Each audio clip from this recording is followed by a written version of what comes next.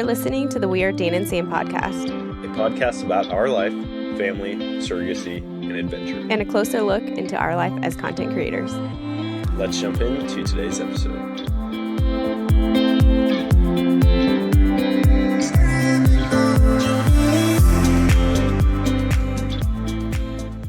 All right, guys, welcome to the We Are Dan and Sam podcast. Hello. This is still weird to me. I know, I can tell. You're like freaking out before. You're like, how do we do this? Do we have to say the same thing as we did last time? I'm like, no, we just... I'm like, does this have to be scripted? This is completely unscripted.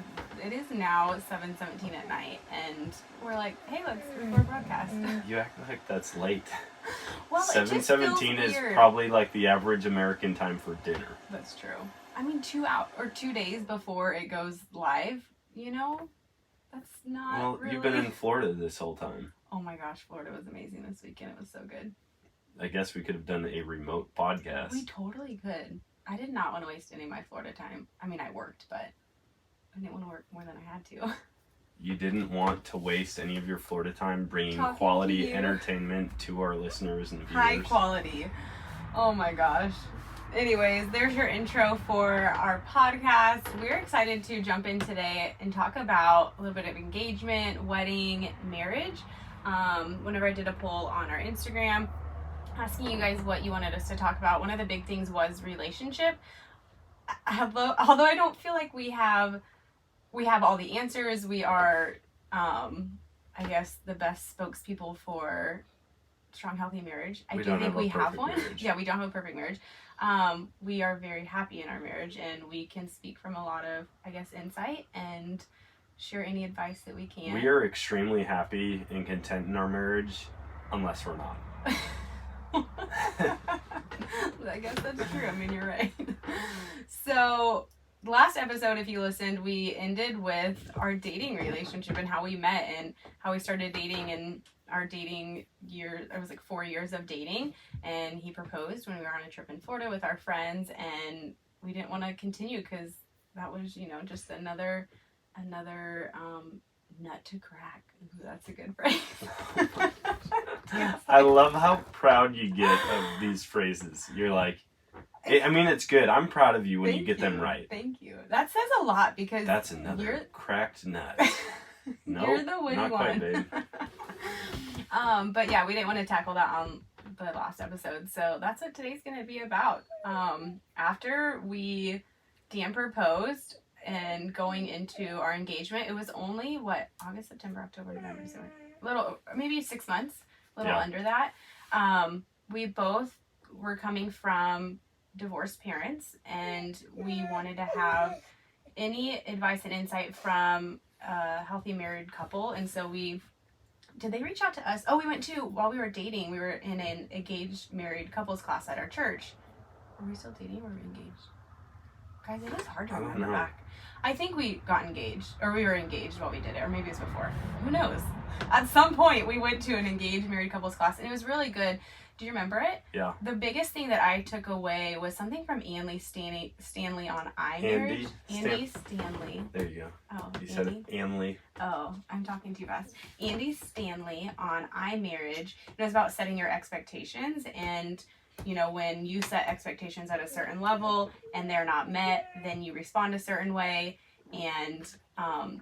And one thing he said was, if you had an issue in your marriage, to say, hey, Dan, you did this, which made me feel this.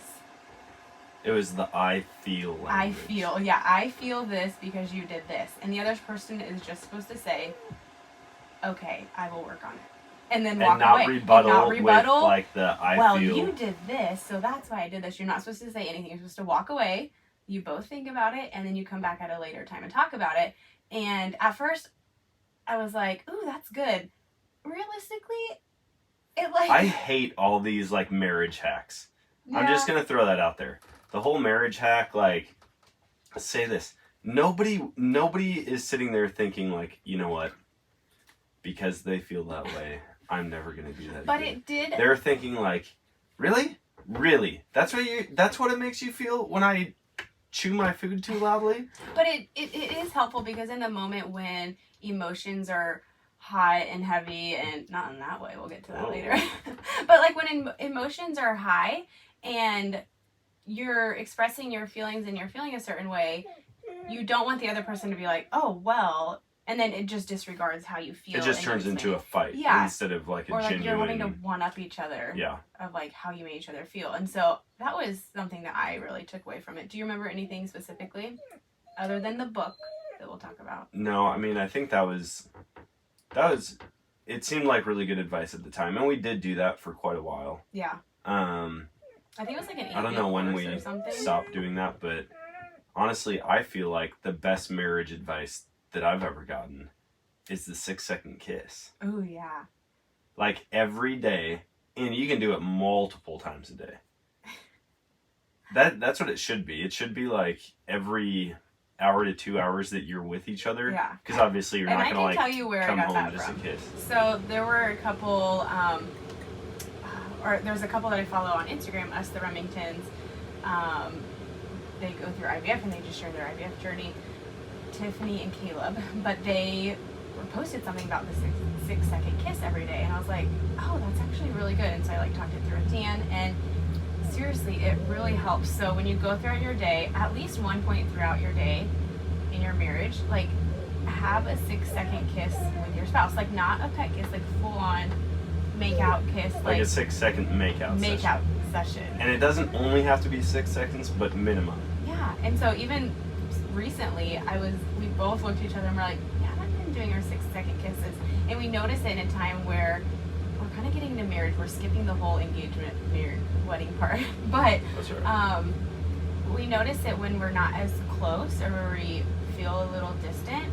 We're like, oh, we need to do our kisses again, because it does draw you in. It kind of like, is it serotonin? The like endorphins or whatever that are released when you kiss, it kind of like washes away any like anger I have towards you, or if I'm like upset about something, or if I'm like anxious or it's hard to be mad at a person when you're out. Being physical. Yeah, for sure. And so yeah, that's really good and a good tool, and not very like I don't know, you know, when like a psychologist or something tells you like a certain thing, and that's just like real basic advice right there, like just have a 6-second kiss. The biggest thing that we actually talked about again the other night, we had a good deep talk about marriage and conversations of needs the other night, was a couple that they were actually part of leading us in that engaged married couples class.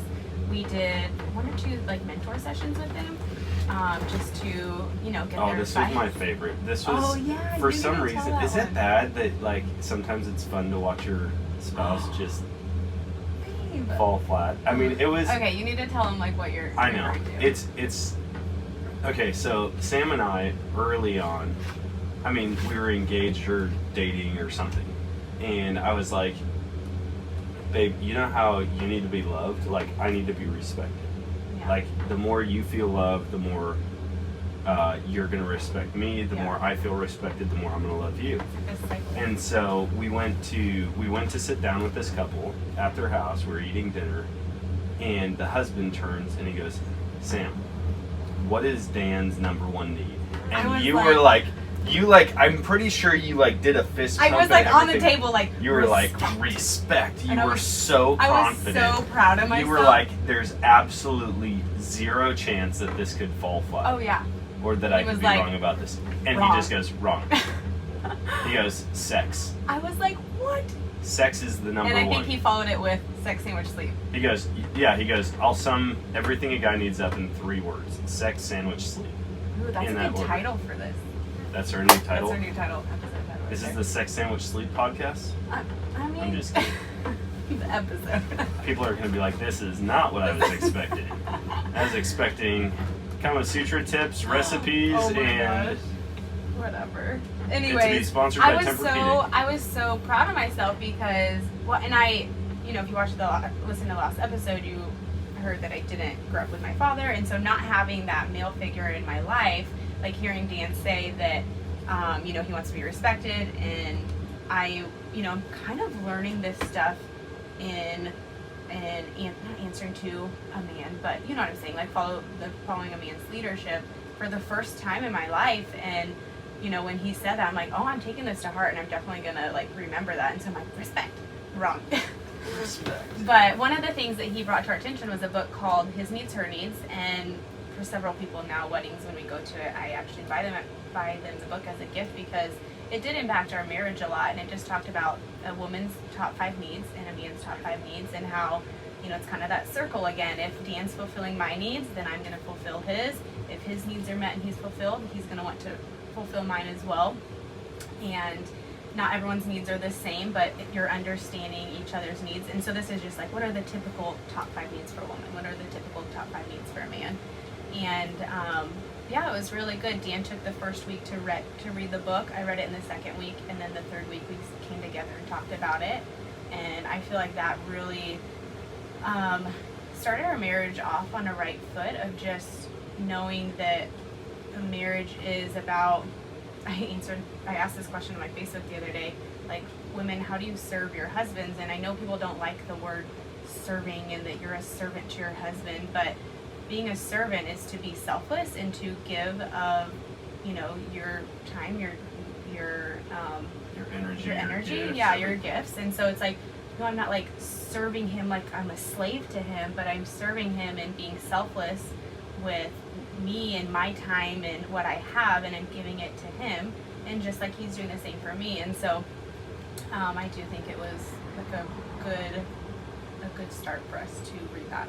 Yeah, and I mean, the different needs that we have, there were a lot of things that opened my eyes, or that my eyes were open to, That you didn't understand. that I didn't really think about before. You know, Yeah. like the whole love language thing, people can figure out pretty quickly, like, hey, I'm a gifts person, I'm a words of affirmation person.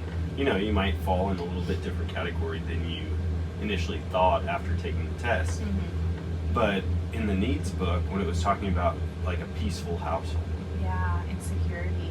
yeah, like that to me, I'm like, I would have never really thought about that. Like, hey, when I come home, like, there's elements of like, hey, when you come home to a clean house, I mean, it's the same with us when we go on a trip.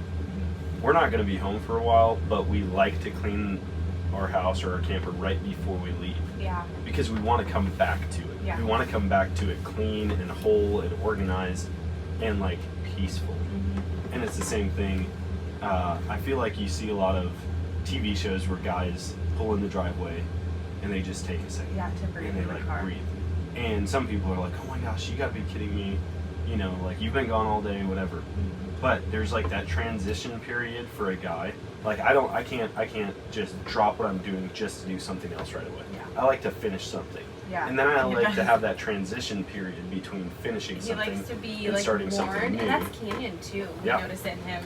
If he has to stop, you know, playing with a toy, or we're leaving somewhere, we have to give him like a 5-minute warning, and so he can shut off his brain and switch his mind from one thing to another. So. Yeah.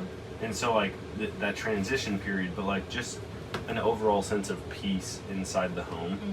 Is something that I would have never, if you would have asked me, hey, what are the 100 things that you need Yeah. as a man? Like, that just wasn't on my radar. Like, oh, I need Yeah. there to be Respect and peace in sex the would home. have been Dan. And then as soon as he Too. said that, I'm like, that has got to be super high ranking Yeah. on just about anybody's list. Yeah. Like, when you are in your home, like, this is the place that you come to rest, that you Yeah. come to, like, recoup, you know, Mm-hmm. to just get centered, I guess. Yeah. You know. Yeah. One of the things that on the top 5 needs that I didn't realize was as important for a guy was recreational companionship. And with Dan, he is a hunter, loves hunting, and I will say in our friend group, I'm one of the few wives that let Dan, but that allow Dan to hunt as much as he does. One, it's his none job. of my wife's friends let me None of- hunt none as of your much as. husband's Sorry, wives. none of my friends' wives Yeah. let me hunt as much as Sam does.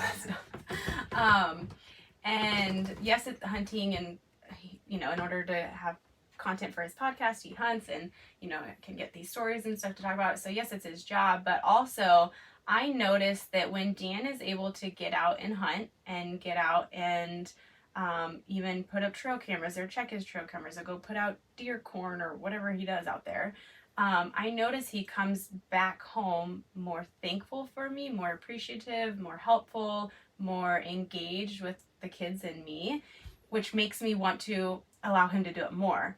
And so, not saying that, all these other husbands aren't doing that, but I recognize that in our marriage, that you having that time out in creation and being out in creation for both of us is very freeing and very, clears our mind, very peaceful. And so we enjoy that. And so him getting out and doing that was something that I didn't realize was a huge need of his, like, as a man. And so, but now, like, that we've, figured that out and we know that that's kind of what you need, then we make it happen. Yeah. And then one of, I think, that I remember, I don't remember all of them for a female, but security was one of them, and being secure financially, being secure, like, safety wise, like in a home. We could have probably done like a 5-minute recap of this book where we look back it up through really it quick. Oh, both of our phones are. They're both being used. Okay, they're both being used. Maybe in the description I'll like put it in there or something. Or we'll just tell everybody to go and read the book. Go read and the then book. A month from now, we'll actually dive deeper into it. That's good, because we did talk about ordering and reading again. That's true. We can do like Sexy Much Sleep recap. Just kidding. Triple S. So, but with engagement, since we did both come from divorced parents and wanting to set ourselves up for success in marriage, we wanted to get good guidance and, teaching and insight that we could from this class, and then from just couples that we respect and respect them in their marriage. And so that really helped us just set us up for success on the right foot. And yeah, You're what? What do you think? Well, I was gonna say, like, I'm happy, I'm thankful, like,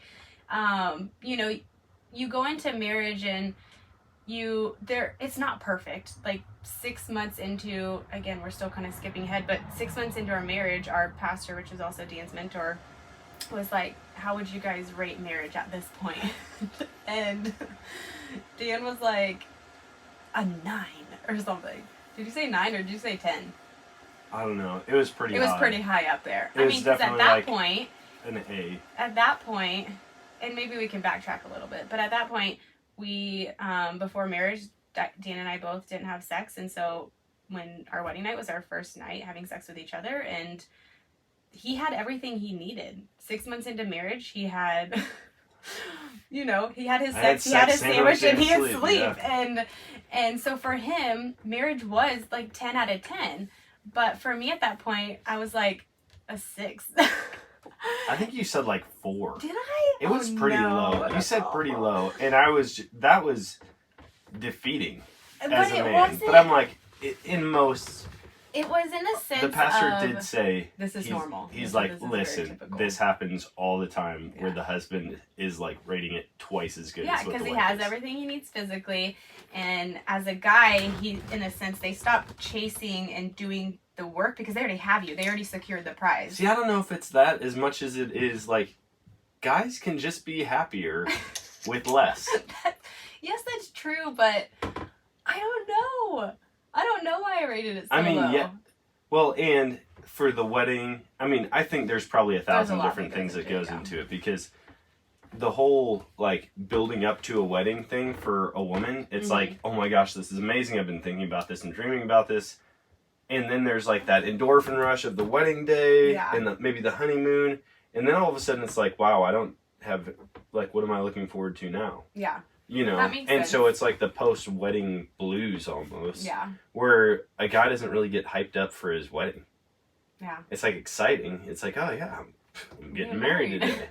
But I wasn't picking out the colors from my tux when I was a kid. It's just not something that we as guys care nearly as much about. Yeah.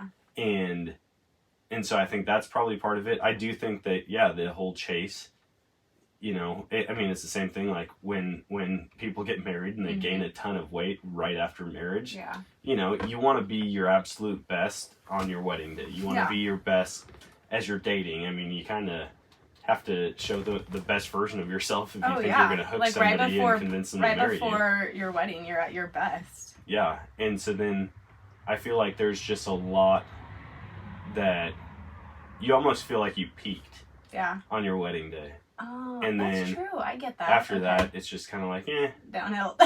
Like the first year of marriage, you gain the freshman 15 all over again. Gosh. And then, so I think there's a lot more to it than just that. 4. But I also think, in general, if you have even a healthy marriage, right? A healthy marriage, and you go to the man and the woman, I feel like 95% of the time, the man will be higher. The man is going to have a higher number than the woman. Yeah. Also, I think that women are just more honest. Like, you have nothing to lose by saying, babe, I'm at like a 4. If I told you that I was at a 4, oh, dude, I'd be in for it. You would. It would be. You would. Yeah. Oh, no. Thinking back to last episode, when we were recording, we were live on TikTok, and someone was asking, how did you stay pure in your marriage? Because we briefly mentioned that we, didn't have sex before marriage. Chastity belts. I would say our biggest pro tip here, was we called it teepee kisses. So you all know, we're human. We know the human anatomy. And anytime those hips touch, there's just like, it's like electrifying. Oh, I've had other people say, keep it vertical. Oh, that's good. You do 2...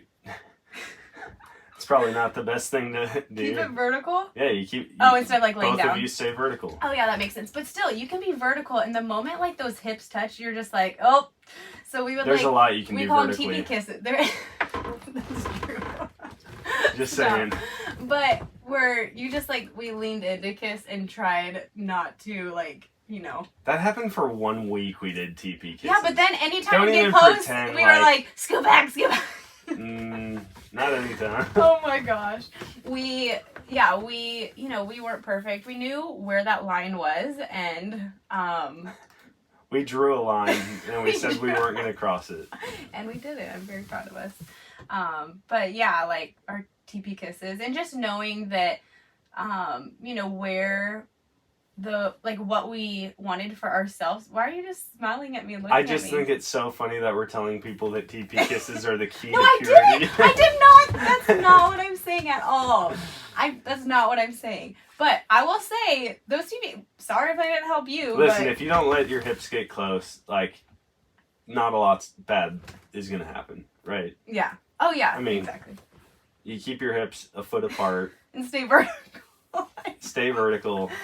But also to know and respect what each other's desires and boundaries are. Sure. You knew that I wasn't going to compromise my desire of wanting to stay pure before marriage. I knew that you weren't going to compromise that. And so respecting where each other were at. You did try to convince me not to a couple times.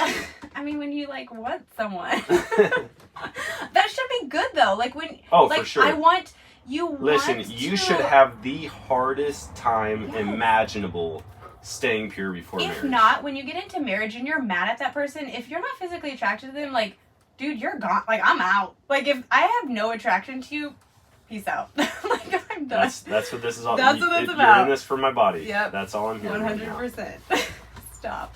But no, we're human, and you're gonna have those desires, and rightfully so. You love the person, and you want to get married to them, and you're engaged to them, and Yeah. So. Yeah, you should want to rip. And Dan had an 8-pack when we were engaged, so clearly, any normal person is gonna be like, "Oh yeah, yes please." So. I feel like, you should want to do really bad things with your fiance. You should. Yeah. If you don't, you're gonna have the lamest honeymoon and wedding night. You're probably gonna actually get out and see. Do you wanna go into our wedding chat and our wedding night? That sounds. I'm not. We don't have to go into our wedding night. No. I will say we spent our honeymoon in Colorado, and we did almost nothing. We basically were in the bedroom the entire time. So. Didn't we count how many times it happened? I'm pretty sure we counted. I know the number. Do you? No, I have no idea. What? Sure, you should remember. What do you mean, wedding night or just overall honeymoon? The whole week. No, what are we at? What? You don't remember? No, I'm pretty sure it was 16 times. That week? Yeah. I could see that. It was 2 the first night. I thought it was more than that. Maybe. I have no idea. This is getting too... Oh my gosh. We It's just skipped over the numbers. wedding. It's just numbers. It is. No, listen. God's honest truth. Wedding day Yeah. is... We used to be wedding coordinators, which we Yes. haven't talked about that on No, the show we yet. haven't. We probably haven't talked about that much on our social platforms. at all. But I coordinated weddings for 10 years before. And we were married, and you were pregnant with Canyon, and you were like, hey, I need some help. Yeah. And so I came and helped, and then from then on, we basically just did it together as a business. We worked really well together. That was like our first time working together. Yeah, I think so. And I'm curious of where you're going because I want to ask about the wedding really quick. Oh, it was going to be about... Oh, go ahead. I mean, it's leading into the wedding day. Oh, good. Go ahead. The wedding night or the wedding day? The wedding day. Okay, good. So, as wedding coordinators, you would think, like, the worst advice we could give somebody is, like, elope, right? Yeah.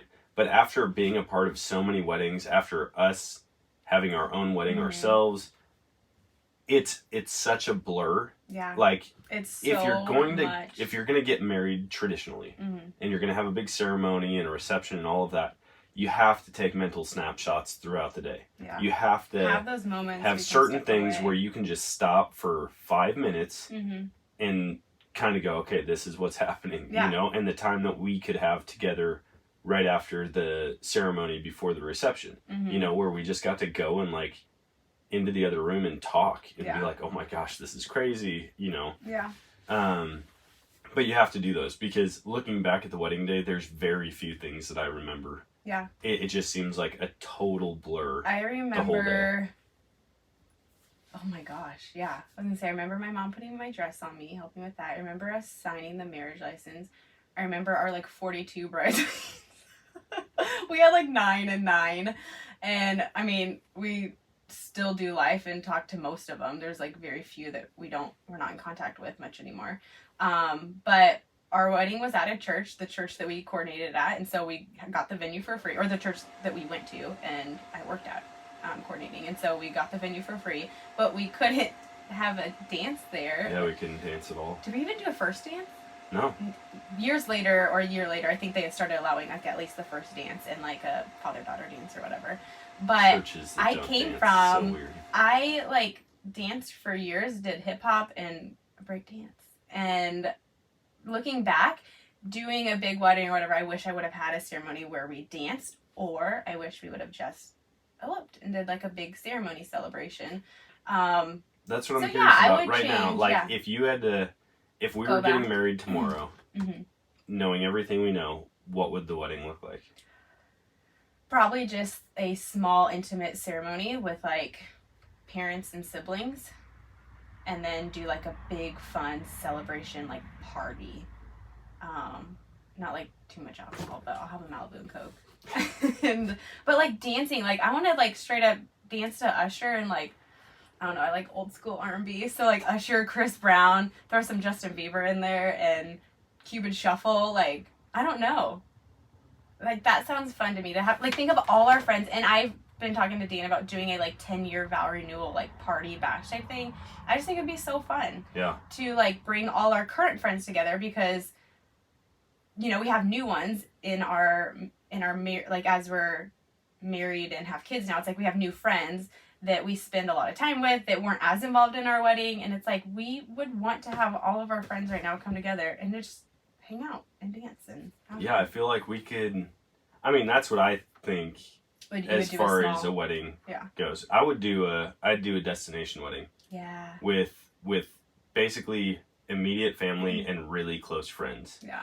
And then they could hang out and, you know, hang out on the island or at the beach or wherever the destination is. Mm-hmm. And then after that we come back and we do a big reception. Yeah. That's what I would do. Mm-hmm. I wouldn't go through all this other nonsense. I mean, weddings are a lot of work. We didn't spend a lot of money. But it's just a lot of work. On everyone else, too. You know, as a wedding coordinator, we see the work that moms and mother of the groom and, you know, parents put in and cousins and aunts, like everyone that chips in for it. And then at the end of the day, it's done. And, you know, bride and groom are gone and it's like the family's left to clean everything up and pick it up and everyone's tired and, you know, bridesmaids aren't there and we're helping clean up, and we're only contracted for a certain amount of time and to do certain things, and then when we walk away, we're like, oh shoot, dang, sorry, you gotta keep cleaning, like, so yeah, it is a lot for one day. But you want to know something? This is really funny that I remember from the wedding day. Like, I remember a few things. I remember grapes. I remember getting grapes. You got grapes? So I remember, like, you coming down the aisle, us having our moment after, a little bit of this reception. Yeah. I don't remember a ton on that front, but I remember I played basketball. Me and the guys played basketball. Oh, yeah. We went to Brahms and got something the to big eat. D I don't remember. on the marker board. That's what I was about to say. It was a checklist of all the things that needed to happen that day. And then right at the end, it was Sam gets the big D.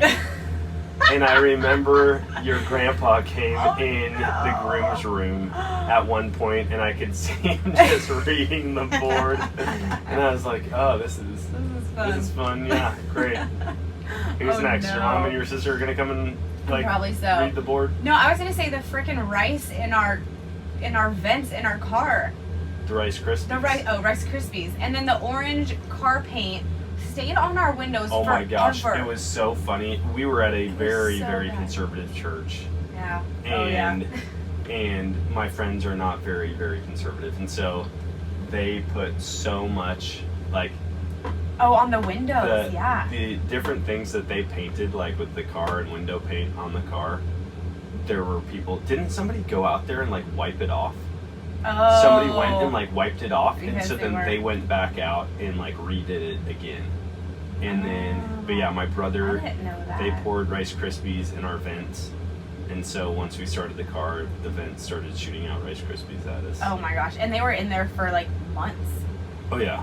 Yeah, it was a solid 9 months after that I had one dislodge and then just like launch out midway through driving. But yeah. So I never heard of that until they did that. And then you're like, oh yeah, people do this. Oh, we have 1,000 different pranks that we play on people. But that's just one of them. It's a pretty good one. So there's our wedding day. What we remember from it. Yeah. I like that we both would, if we could go back and change things, it was kind of similar. Yeah, I mean, dancing obviously would be fun. Yeah. Just a little bit more intimate ceremony. Yeah, more intimate ceremony. And I don't think I would. I was gonna say I don't think I would have bridesmaids, but I'd have like 2. Listen, I would change up the cake. You didn't like the raspberry? Oh, I don't even remember what our cake was. He wants to change up the cake, but he doesn't even know. Well, if it was a great cake, I would have remembered it. That's true. I do remember. It was like a naked cake. With like barely any frosting. It was like raspberry. Yeah, that's probably the issue. There's barely any frosting. You're like, give me the frosting. Yeah, no kidding. Honestly, you know what sounded really good? Is when we did that wedding out in Denver, and they had confetti cake. Oh yeah, that was. I was like, I bet, yeah, that would. A wedding we coordinated was at the museum in Denver. And then we got blamed for losing the cake, even though it was. We personally delivered it to their house. To their house at like the leftover cake we personally delivered to the bride and groom. And they ended up finding it. So yeah, wedding coordination, engagement, and now we are. January will be 9 years. Can you believe that? 9? Yeah. It's not 10 yet? I don't think so. No, 2014. Yeah, I guess that makes sense. So 9 years. 9 years. I mean, we kind of said like where we're at in marriage, but as a whole, like, how have you viewed marriage? We just had a good talk. Was that last night? Last night about conversation, expectations, and I mean, here we are 9 years in, and I think we both do feel like we have a really good marriage. We're not perfect, but we have a good, healthy balance on when something does come up and we have to talk about it. Like, we both respond very well, and we both listen. We both share our heart, and we never stay mad at each other for a long time, because if we're mad, like, we just look at each other and start smiling, and then I'm like, oh, why are you make me so angry. There's been very, very few times where we're legitimately mad. I think there was maybe like 1 or 2 times, and it didn't even have to do with us. It had to do with like someone else. And so I don't even see that as a huge issue because it wasn't like we were at odds with each other. We were at odds because of somebody else. And so then it like, you keep yawning. You said I always 7:15 yawn. isn't late. You need more oxygen. No. That means like breathe. Yeah, I know. You know this. Ever since my nose got broken, I yawn all the time. But yeah, we're rarely at odds with each other, and when we are, we just have a conversation about it. I know some people are like, oh, you can't ever say that, like, you guys don't argue. Like, if couples say they don't argue, they're lying. And I'm like, we really don't. Like, we'll have disagreements, and there's things that, like... If there's something that you do that I'm not happy about, yeah. or vice versa, Yeah. we just get it out there Talk and about it. squash it right away. Yeah. And other than that, I really think that most of our disagreements or frustration are from external sources, whether it's work or finances or whatever. And it just comes across rude to each other, but we correct it pretty quickly. Yeah.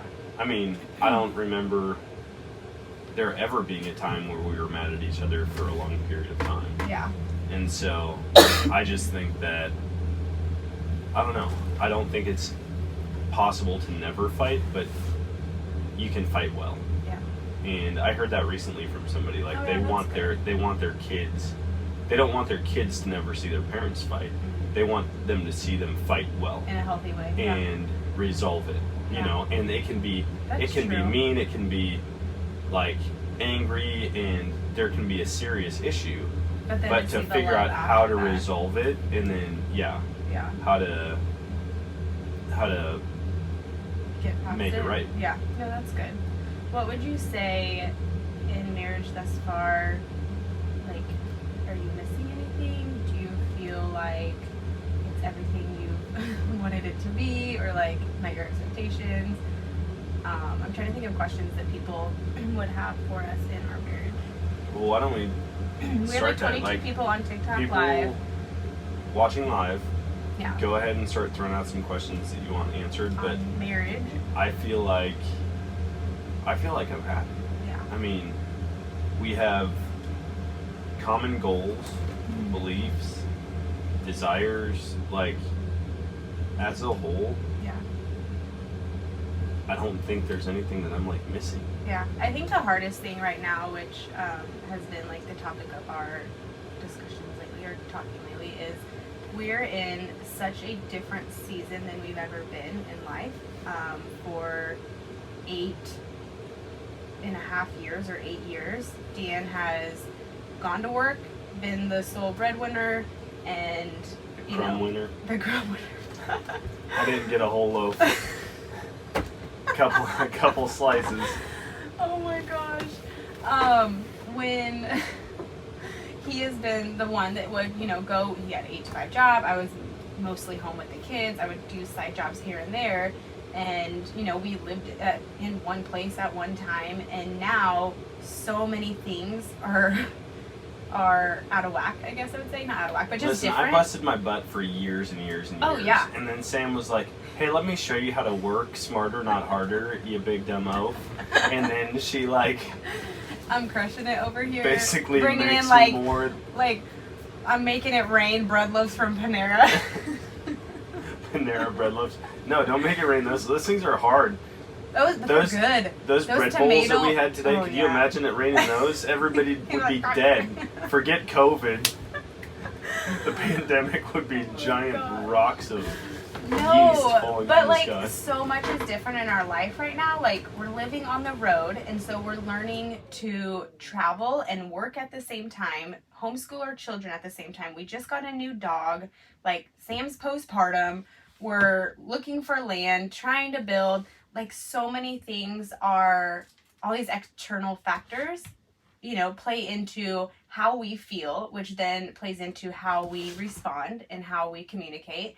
And I think that's kind of, if anything, affecting our, marriage right now. Yeah. Is learning our different roles, because I'm doing, I was going to say 75%, 60% of the work, and so it requires a little bit more work on Dan with the household, with the kids, And we're still navigating that. Like, who does what? It's hard for me to accept help. It's hard for me to not do everything because I want to be a mom and I want to take care of my house and I want to cook for my family and I want to put my kids to bed. But I have to realize in this season, and this is something that we've accepted, that this is how it is right now, that, you know, it's taking a little bit more requiring a little bit more work for me, that I have to learn to be okay with Dan doing more, and I have to be okay with accepting help. And I don't accept help very well. I don't ask for help. I don't want help. I want to do it all. I don't know if that I don't think it comes from a place of pride and wanting to just do and accomplish everything my own and get that recognition. I think it comes from being raised by a single mom. I've worked since I was 13, worked hard since I was 13 to provide for my family and help my mom. And I don't know how to slow down. I don't know how to quit. I don't know how to say no to things, because it's always been, you do what needs to be done to pay the bills. Any opportunity you get to make money, $20, $50, $100, you do it. And learning to say no has been like a 2-year process for me. And I feel like I'm just at that point now where I can. And you're a people pleaser. So yeah, 100%. On top of that, you don't want anybody else to have to do something that you could do. Mm-hmm. And so, like, I mean, that happened the other day right before your Florida trip. The camper was dirty. Oh my gosh, and I was you were like, so stressed. You were freaking out because you're like, I have to clean it before I leave. I'm not going to leave it like this for you. I didn't write a note for Dan. I didn't leave snacks. I didn't leave food prepped. I didn't like the kids eat hard-boiled eggs in the morning. I'm like, what are they going to eat in the morning? Like, because there's certain things that I do that I'm like, what is Dan going to do? We need to take some husband-wife polls. I want to know how many men have wives that think they are completely incompetent of taking care of children or the house or anything like that. Because some of my buddies said the same thing. They're like, oh, dude, my wife does the same. My wife leaves for work and she says that. Oh, yeah. Like, don't forget this and this and this. Make sure their waters are filled. Yeah. Make sure Ember goes to pee before bed. Because I think it's just how our brains work. Because there's, like, I think of all these things where you have to admit, oftentimes I'll be like, oh, hey, did she go pee before bed? Or, oh, hey, did you floss their teeth before bed? And he's like, oh, I forgot. So you have to admit, sometimes they slip through. But it's like, no. They brush their teeth, they floss, they go pee, they go to bed. Like, it's just like... Every time you're like, babe, do this or do this, it makes me think of Dumb and Dumber when Lloyd is going into the convenience store and the old lady's there and he's like, you know, although slow and dangerous behind the wheel, senior citizens can still serve a purpose. I think of that, anytime I do anything right. Like, if I make mac and cheese for the kids, it's like, wow, you know, although dumb and always horny, husbands can still serve a purpose. Oh my gosh, dumb and horny. That's another good topic. I like sexy versus though. Sexy versus. That's the winner. Leaving the other day for Florida was hard for me because I wanted to leave the house in good order. I wanted to set you up for success. I didn't want you to be overwhelmed because I know if you left me with the house like that, I would be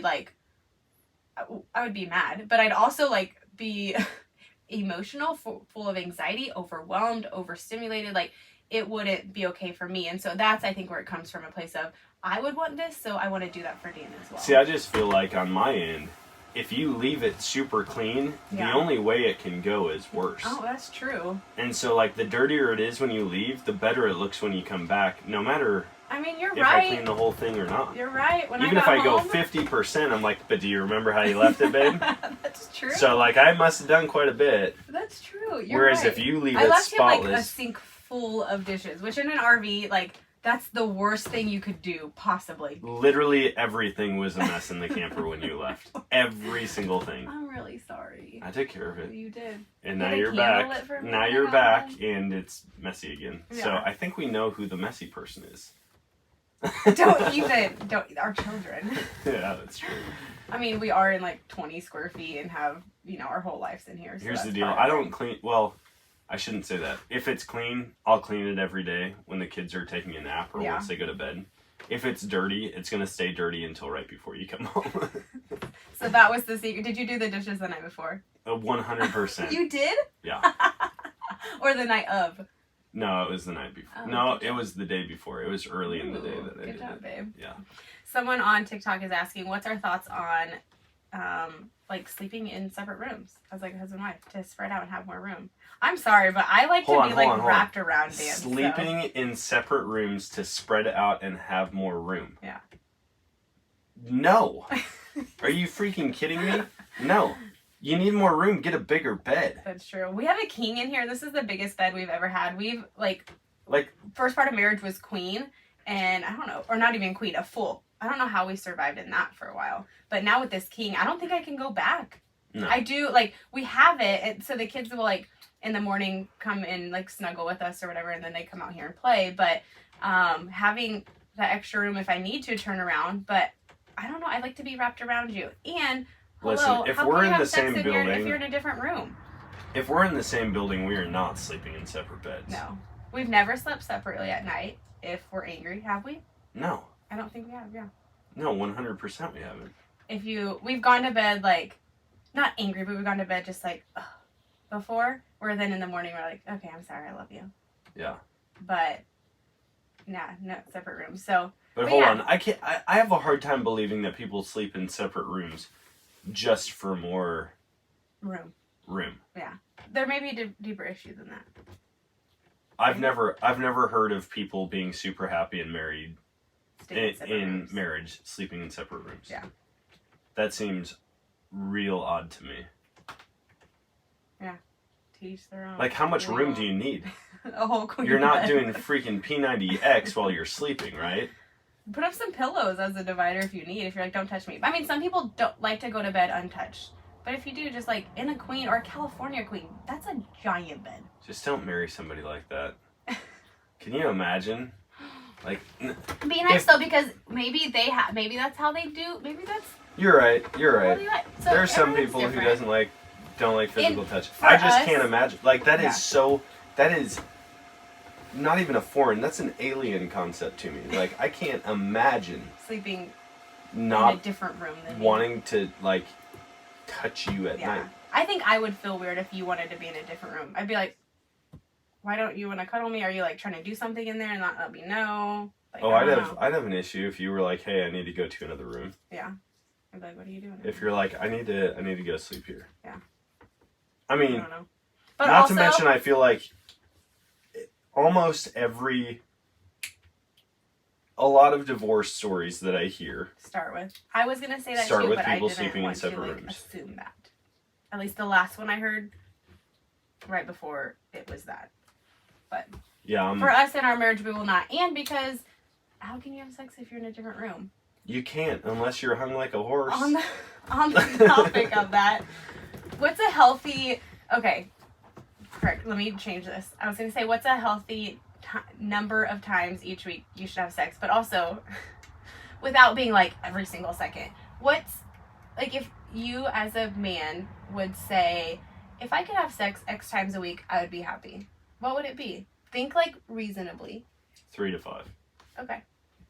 See, I say like 2 is like 2. I feel like okay. One's So let's the bare. meet in the Hold middle on. at 6. One's the bare minimum. I feel like once a week. You know, life gets crazy, busy, or whatever. At least have that one time where you can like connect with your spouse and have that time. 2, I feel like that's doing pretty good. I feel like 2 is pretty good. That's almost like every other day. Maybe. 3 is like. I think 2 is really good for the average population. Okay. I feel like 2 is really low for people with great marriages. That's good. So where did we sit? We're like, So do you want to be on the low end of great marriages or on the high end of crappy marriages? Crap. Oh, there's just times I'm tired. I'm like, what do you want? I'm tired. How do you want it? It doesn't have to be sex all the time. I know, and that's what I tell myself too. But too. to be intimate, that's what I tell the myself difference. too. What can I do that still helps Dan fulfill his need, but requires a little less work from me? You know? Let's be real. You don't do the work 99% of the time, anyways. What? Oh my gosh. Man, I mean, guys hey, just have to do you work. want it most of the time. You know how you want it, so do your thing. Like, I'm not going to do the work for you. That's the best, though. Oh my gosh. All right. What other questions?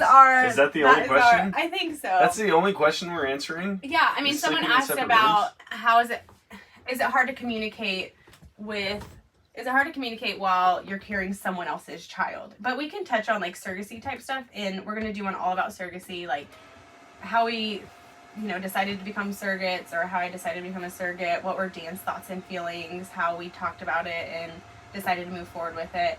But yeah, because I don't want to like really answer that now. Well, I feel like we can, because Okay, I asked now. I think communication just carried over from before. Oh yeah. I think our communication stayed very consistent all throughout surrogacy. I think where it would be an issue is if the intended parents have a different expectation for certain things. Yeah. And the wife can be on board with that, but the husband's not. Oh yeah, but that makes sense. We made sure from the get-go that like we had similar desires with the intended parents, but also with me and you. Like for me sure. and you, we knew why we were doing surrogacy. We knew everything that it would require of us from start to finish. Dan knew that he had to give me my shots. He knew that with agreeing to me becoming surrogate, there's going to be emotional days. There's going to be days where I'm tired and wore out and he has to help with the kids. But like looking at things as a whole, there were things that were non-negotiables that we both agreed were non-negotiables. Yeah. And so we didn't have any disagreements. So we didn't have any real disagreements about it. And because we both knew from the get-go, we knew that we had to pair with somebody who aligned with those things. Because otherwise, if we were like, hey, this is not non-negotiable, but then you started swaying, well, then that's going to make me bad, or resent you or be upset with you because, we already talked about this. Yeah. And now you're changing to please somebody else more than you are me. But at the end of the day, we had all that figured out beforehand. Yeah, for sure. So making sure you're on the same page is like huge, and making sure you have your partner's support, mentally, emotionally, physically. Like I needed Dan spiritually. Like I needed Dan on every level. Every day it was something different. Like one day I needed you to pray for me and help me get through it because I was weak and, was exhausted and didn't want to move forward. And physically, you giving me my shots, like, it required everything. Yeah, I feel like, that was a good season where I feel like we were super close during surrogacy. Yeah, we're getting into it. Do you want that to be our next? Yeah, we can talk about it next time. But yeah, we're coming up on an hour. I really feel like it grew us a lot together in our relationship. Even as a family, I feel like I have more appreciation for my children, despite those days where they're difficult and parenting is hard. It grew our faith in the Lord. We had, we'll go into a lot more because I think it'll be good to see how, something crazy like surrogacy, like affected our life so much in such a great way. Episode 4 is going to be all about surrogacy then. Okay. But yeah, this was our little marriage chat. Why don't we give a quick week recap? Okay. Ooh, I like not that. Like not like a not strong recap, but like the last 7-day recap. Okay. What's going on in the last week? 1, we moved locations in the camper. Yes. We're now up at our friend's house in a back lot, actually where we used to renovate campers. So we're staying here. Which is crazy because I look at this and a year ago we were in such a different place of life. Yeah. We were renting. We had 2 RVs we were flipping, maybe even 3 or something. It was 2. Dan was working his butt off. We were just starting surrogacy, doing those steps. The kids were so young, and it's crazy to just see how far we've come in a year and how much life has changed. It's 100% different. Yeah. Aside from us being in an RV in the same gravel lot. The rocky pad. If you're going off that, it would seem like we have not progressed at all. We have not moved up in the world. No.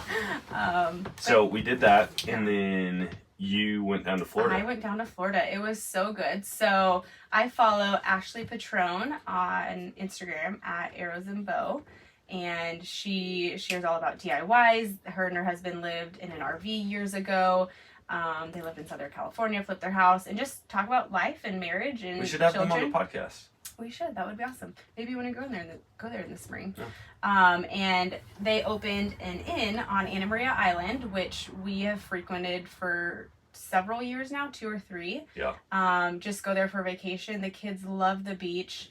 We found an affordable way to do it early on by staying at Quality Inn and I'm pretty sure this Shady place Motel. was featured in Cops. It's like So, Cops Hall of Fame. I did have to call the cops one morning at 7 a.m., but it was like $80 a night. Hold on, we. I love. Sometimes I get really nervous about what Dan's about to say. No, it's just I love.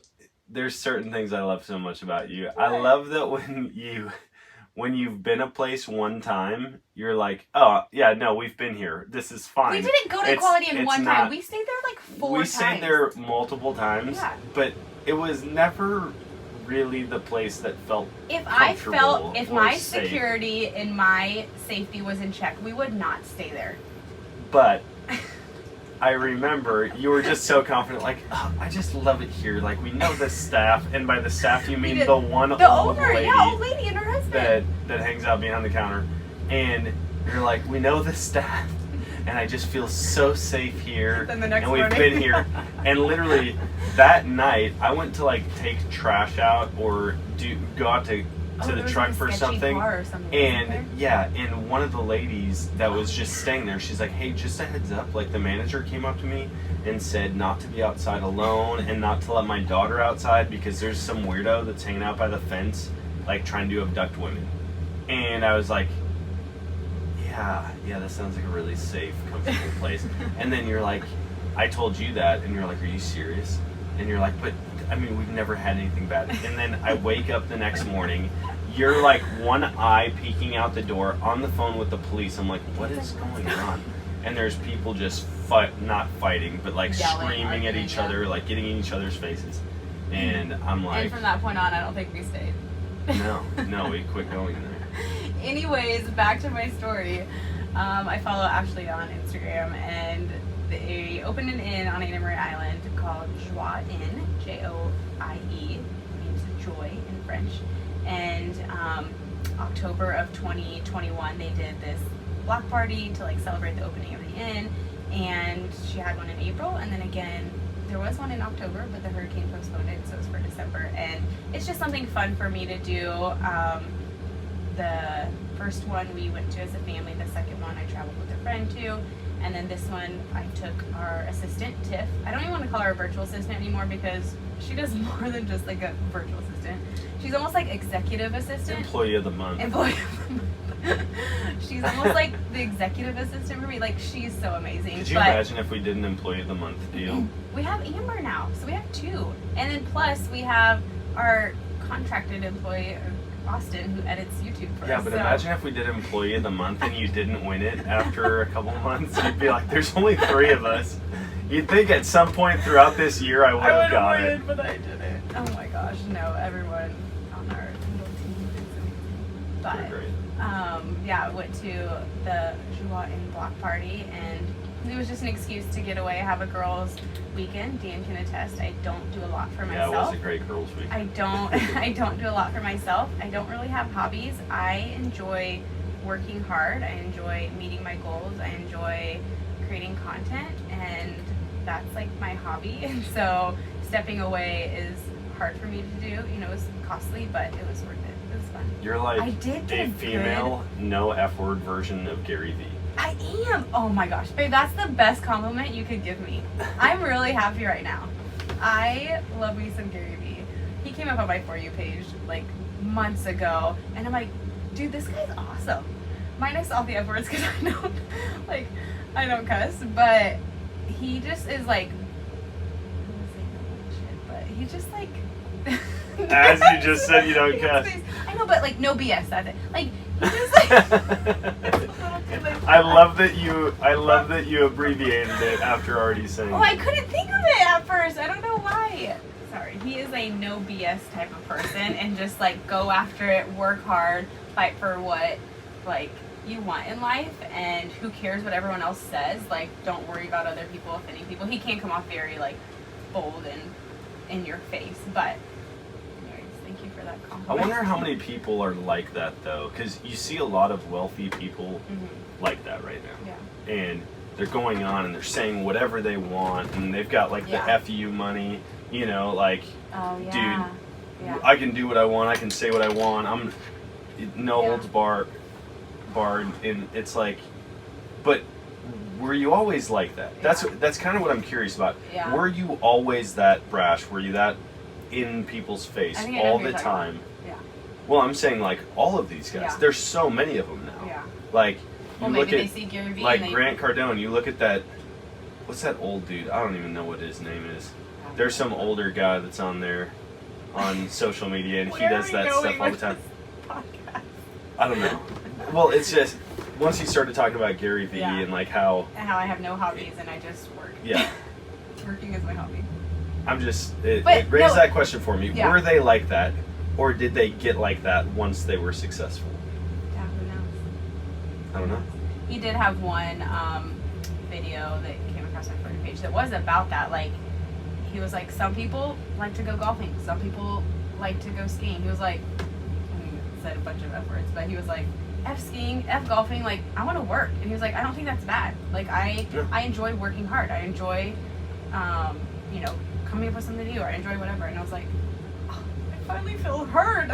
Like, so, Florida was great. It was beautiful and sunny, 70, 75 every single day. We went to the beach every single day. We ate ice cream every single night. We had some good food. Ooh, and found some seashells. I just put my feet in the water. I didn't get fully in because it was a little chilly, but I just prefer to lay out. And the day before we flew out, we laid out for like 4 hours because, hello, we're going to soak up every minute we can. And my buns got fried. Sam's got Pokemon ball buns right now. Pokeball buns. They're straight up white red and red. White. Oh my gosh, that's so true. We will not be posting pictures. Pikachu coming out to Wait, crack. funny story I do have to say, which, not funny story, but cool story, I guess. I was flying home, and on my last flight home, this woman was sitting next to me, and I don't like make conversation too much with people on the plane unless they make conversation with me, because I'm like, I don't want to probably interrupt working someone's most sleep, of the and time. I'm probably working, honestly. And anyways, it was this older lady, and right before we were about to land, she was like, "Do you fly often?" And I was like, "Yeah, I fly." And she shared with me that she's Amish, and she was coming for, unfortunately, her family member's funeral, but she was talking about life with it, or like just talking about like life, and she was like, "So what are you and your husband do?" And I'm like, "Oh no, like how do I explain?" I'm like, she said she's Amish, but she drives a car and she had her phone.